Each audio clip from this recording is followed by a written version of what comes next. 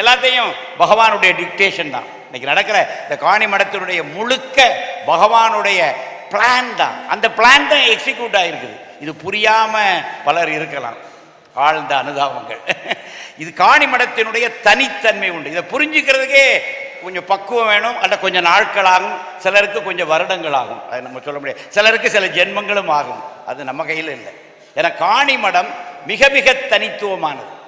ஏன்னா ஒரு வாழும் ஞானிக்கு சிலை வைத்து வழிபட்ட முதல் வழிபாடு இந்திய வரலாற்றிலேயே இங்கே தான் நடந்தது. இங்கே அனுமதி போட்டு பாருங்க. உயிரோடு ஒரு ஞானி வாழ்ந்து கொண்டிருக்கின்ற போது அவருக்கு ஒரு கோவில், இவரை எப்படி கிண்டல் பண்ணாங்க, உசுரோடு இருக்க சாமிக்கு கோயில் வைக்கிறியா? இன்னைக்கு எல்லாரும் ஈஸியாக சொல்லிடலாம். அன்னைக்கு அவமானம் எல்லாத்தையும் தாங்கி எதை பற்றியும் கவலைப்படாம இறங்கி அடித்தவர் இவர் யோகிராம் சுரத்குமார். இன்றைக்கு பேசுறது ரொம்ப எளிது சார்.